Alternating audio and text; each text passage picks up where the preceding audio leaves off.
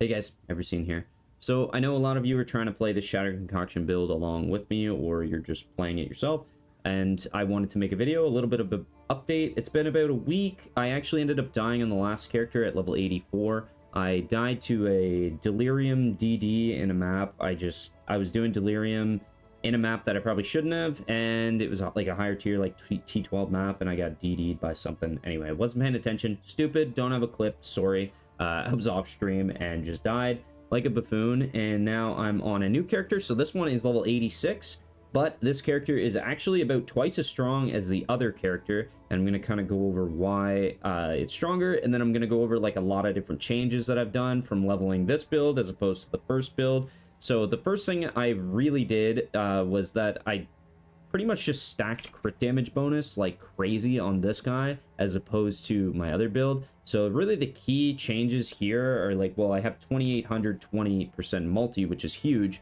One is I got a really good quiver, so I got a +2 proj with a T4 crit damage bonus mod, so that's absolutely massive. Basically this quiver gives me 1100, basically 1000 crit damage multi right there. So big. Also, you know, the +8 levels for Shattering Concoction. Shattering Concoction is level 19. It will be level 20 when I hit the 90, and then we'll also get a 6th link, which is going to give us an insane amount of damage. I'm not really sure exactly what I want to put in the 6th link. I'm thinking maybe Super Critical, because Super Critical gives you 100% increased crit damage bonus, but we have 20% less crit chance, so less is multiplicative, which is going to really scale down our crit chance, which kind of sucks. But like, for example, if I take out Martial Tempo, we had 32% increased crit chance. If I put this gem in, we have 26% crit chance, so really not as much as you would think to lose. And then our crit damage multi goes up by about another 1000 or 1100. So we actually get 3982% crit damage multi, which is absolutely insane. So thinking about doing that, I can't remember what else I was thinking about doing as a 6th link, but yeah, for right now, we've got tons of damage, actually way more than I need. The Shattering Concoction is doing currently more tooltip than my Ice Strike Monk is at like 96, so this build, it just does infinitely way more damage. So yeah, I just crit damage multi stacking like crazy. Another thing that I changed is I took Throatseeker as well as these crit damage multi nodes. So man, like these 3 nodes right here, like I'll refund them and show you. 90% takes us from 2820 all the way down to 1945. So we're getting about 800 crit damage multi, a little more, just from these 3 nodes on the passive tree. So the less crit damage, or the reduced crit damage, or crit chance, sorry, is pretty much getting outweighted by Careful Assassin. Like Throatseeker and Careful Assassin are basically a net positive for everything, because like 20% reduced crit damage bonus, we're getting, you know, 30% just in these nodes, but we're getting 60% from this. So we're getting a lot more crit damage bonus as well as crit hit chance, so that's kind of offsetting each other. Right now I'm sitting at 32% crit, which is actually really good. I think the way that the skill works is that when you throw 3 projectiles, each one in Scattershot like rolls crit independently. So the one on the right could crit, the one on the middle couldn't, the one on the left could, sort of thing. So it feels like I'm critting almost every single time I throw a concoction, so that feels really good. And obviously we're getting a lot of damage bonus from doing that. So yeah, like right now I think with this crit damage bonus I'm hitting for about 500 to 750,000 on a boss, so on 1 crit. So let's just, you know, this is as fast as I can attack. Like that's a lot of hits. And part of that attack speed is coming from the quiver too. I've got actually a implicit for attack speed on this, which is really nice. For quivers, we really want to talk about how to get a really good one. What I'm currently doing is that I'm doing reforges. So I'm trying to do either a visceral quiver or a primed quiver. Basically every single one that I get, I try an ID, I get it rare, see whether or not if it has a good suffix, and I want to exalt, and then I just reforge them. So visceral gives me crit hit chance in the implicit, which is good, and then primed gives me attack speed. So what I'm really looking for on the primed quiver is the +2, the crit damage bonus, and then crit hit chance. But we can do the visceral quiver and do sort of like an inverse opposite. Like we want the +2 proj, we want the crit damage bonus, and then the attack speed, because we're getting so much from the implicit, right? A visceral quiver I think would probably be the best thing that I would want.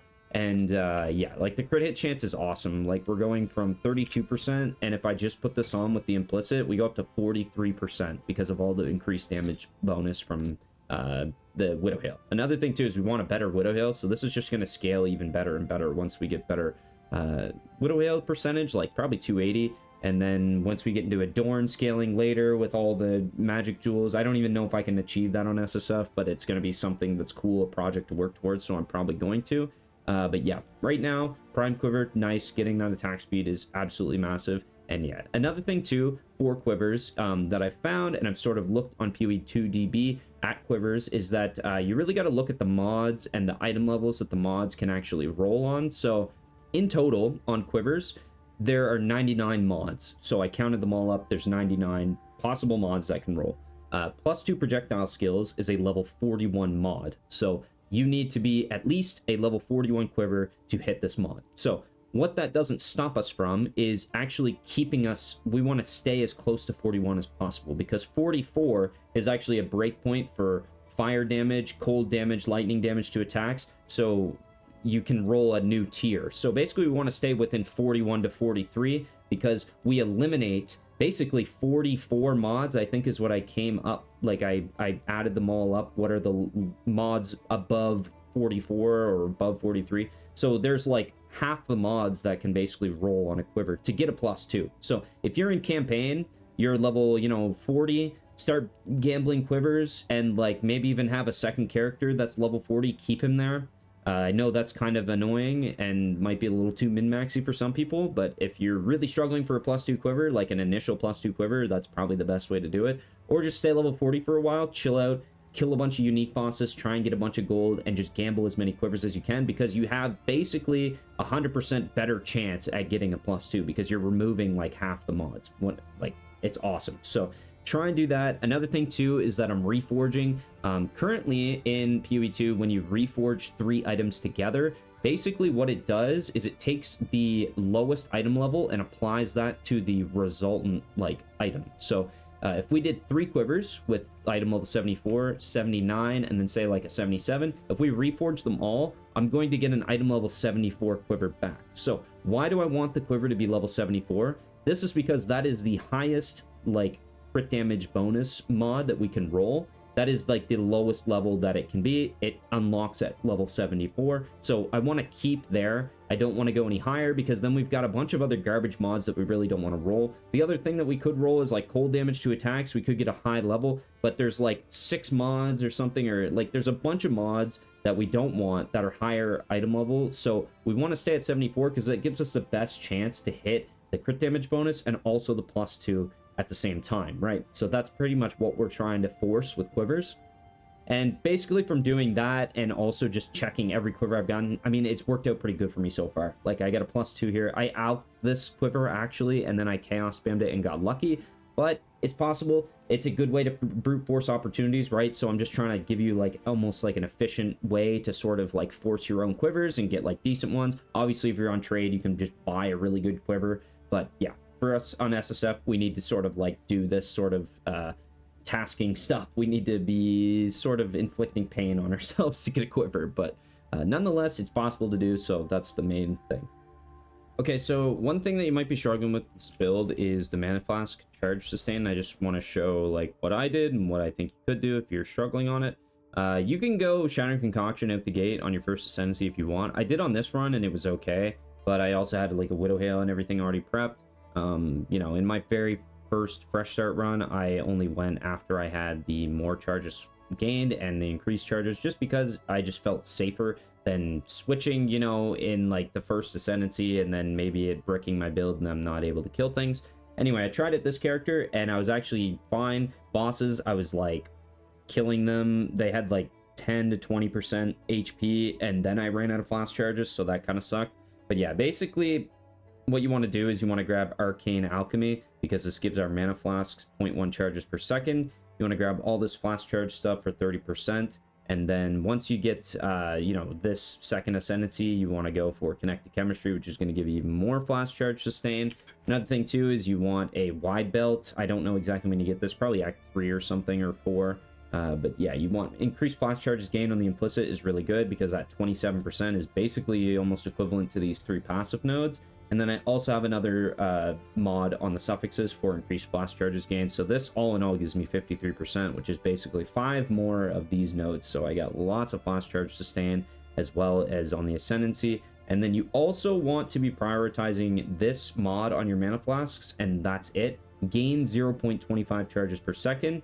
These scale with item levels, so the first one that you can get is 0.15, then 0.2, then 0.25. So this is an end game, this is mid game, and this is early game. So you want this as a minimum requirement.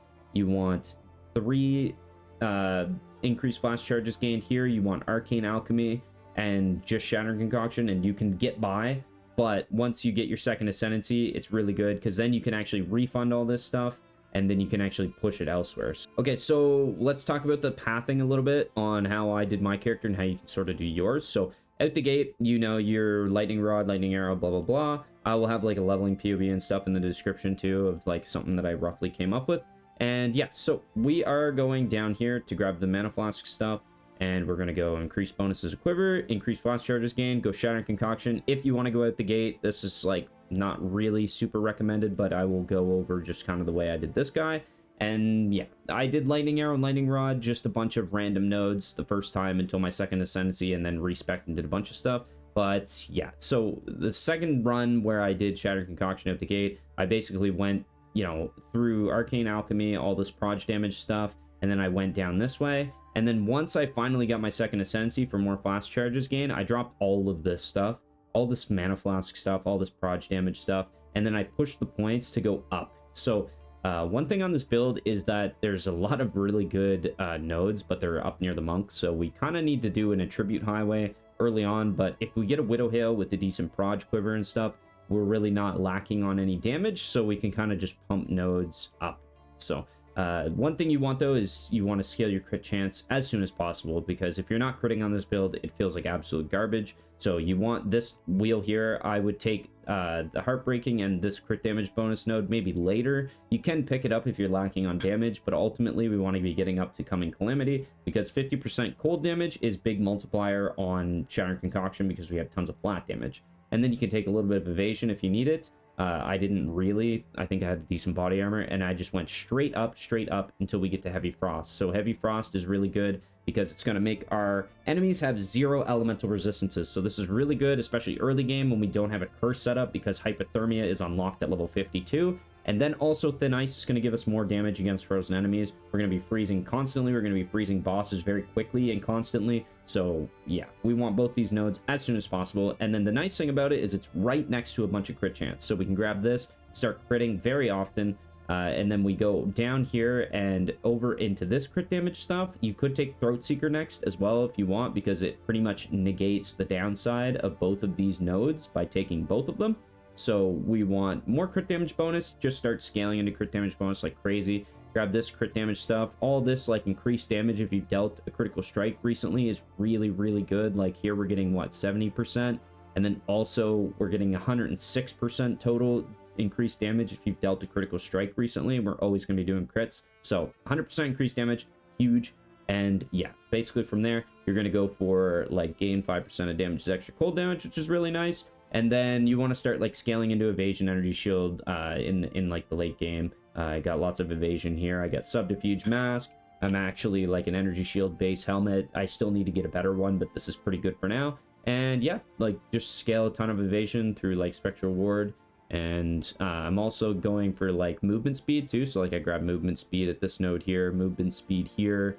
I could grab this attack damage and movement speed. I might after, and then I might even grab this like skill speed and movement speed. Like there's a lot of movement speed that we can grab on the tree, which is pretty cool. And then my ultimate thing right here though is I wanted to get down here so I can grab these evasion and energy shield nodes, and then I'm probably going to grab these 2 starting nodes as well for even more evasion and energy shield. Like I'll grab like 1 2 3 4 5 for tons, then another one, like that's 8. That's going to give me like over 100% increased energy shield, which is really good scaling. So that's why I kind of wanted to be in this realm of area. I do want to go CI at some point because ritual feels like I'm never going to get there. So I'm not sure if I'm going to, because I need a lot of good gear to go CI. But yeah, going CI, I could, but I would need to scale up into here to get Patient Barrier. And then as well, I would probably go for Endless Blizzard because we're already in the realm of the area to get +1 level of all cold skills.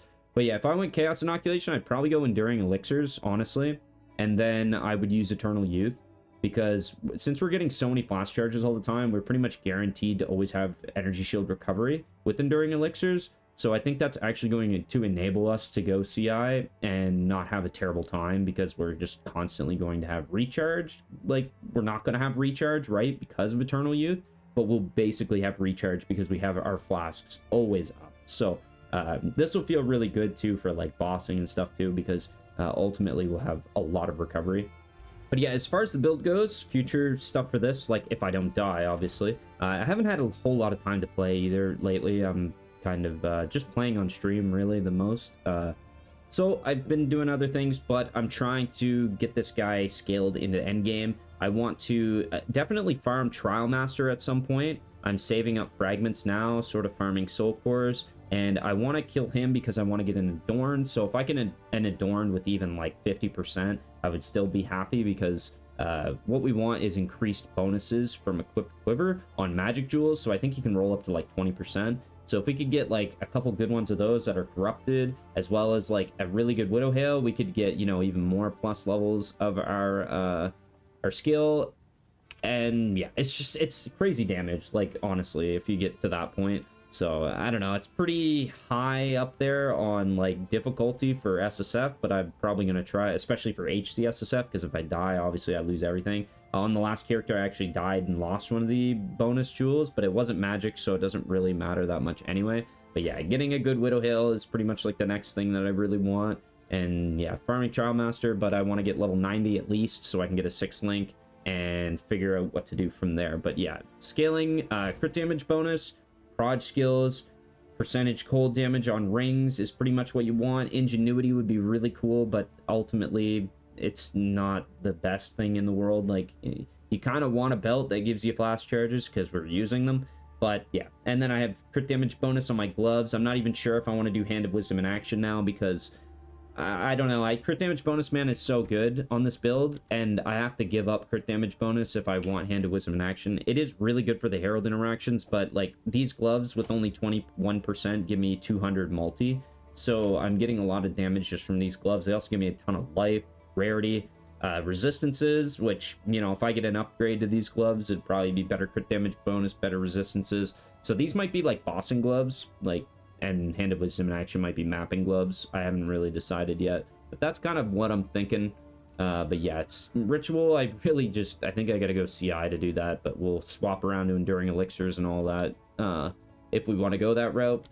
But yeah, man, ultimately I'm super happy with this build. It's been a blast to make and like theorycraft, because there's quite a bit of moving parts to this build, and it's just like fairly straightforward, the progression, and all you're going for is like a really cheap unique. So if you're even on trade, man, like this is a breeze build to make. Like you can get this thing scaled up to be ridiculous hit damage. So yeah, I'm liking it. It's already doing, I think it's going to do way more damage than my monk. So I'm just going to keep playing it, probably a bit slow.